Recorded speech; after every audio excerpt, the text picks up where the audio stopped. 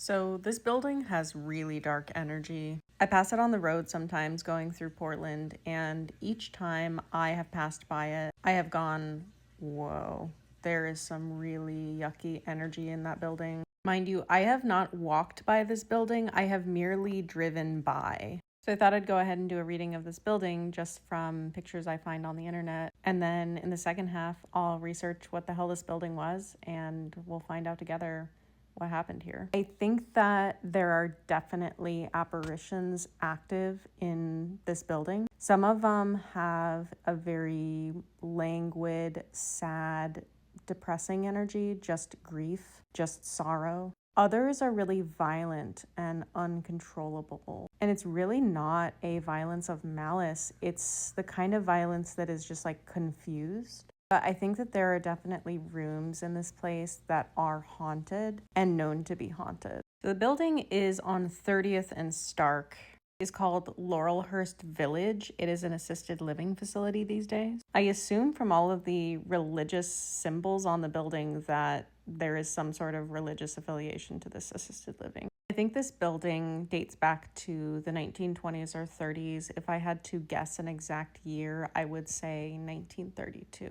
I feel strongly that this building has been used for many different purposes over the years. It has always had a health-related use. Importantly, the people housed in this building over the decades have always been people who were infantilized by society. I think that its earliest years were serving the mentally ill, or possibly a mixture of the mentally ill, developmentally disabled, and then other disabled people. This building has always had a medical aspect, but it's not like ever been a full hospital. The period between the 1930s to the 1950s is its first use. Then it feels like in the 1950s or 60s, there is a revamp and a repurpose of this building. I think it remains a publicly funded institution until around the 80s. The entrance of this building is different. I think that the front entrance was changed.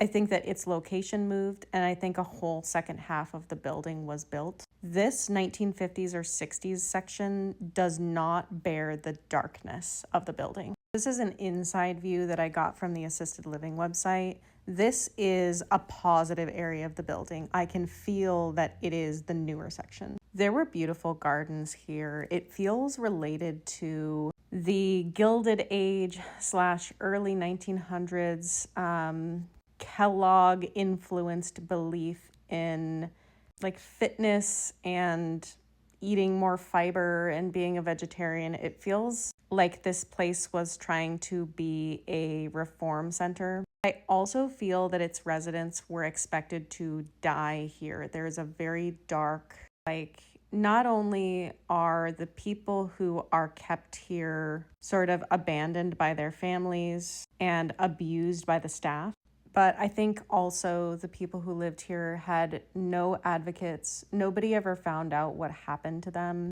And I think that particularly in the early years, there was a lot of mismanagement. And I think people really suffered here.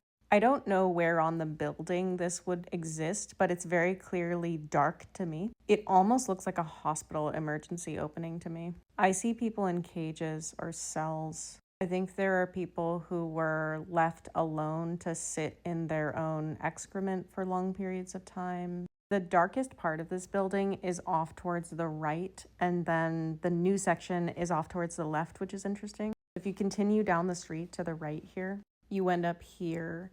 And this particular area, I think this might have been a children's area. Either there was a portion of the history of this building that this was just a children's building, or this is where the children's ward was.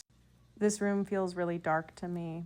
I think that there are probably more apparitions on some of the lower rooms as opposed to the higher up rooms. I can see people restrained in this area.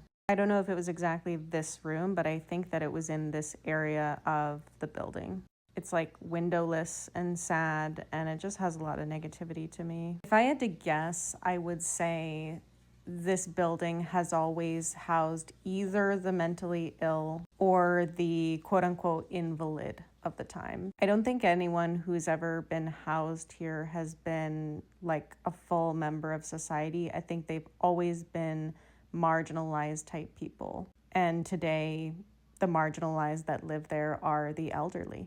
It seems to me like there's been a lot of instability in the financials of this building. One of the reasons it has had so many purposes is because it never seems to work financially. And part of that is like it is a little bit cursed because a story wants to be told about the people who were here and what happened to them. I think that abuse and torture of people was really normalized at the time that this building came into being, and it carries the darkness over from that time. And even though that has not been practiced in this building for 50 years or more, the people who are housed there are still infantilized to the extent that polite society today does that. And the story wants to be told. And the building will continue to change hands until there is a recognition of what really happened here and the darkness. And once that energy can ground, I think the building will be usable. But right now, it's kind of like a hush-hush. The history has been erased. So now let's do the research and find out what this building is.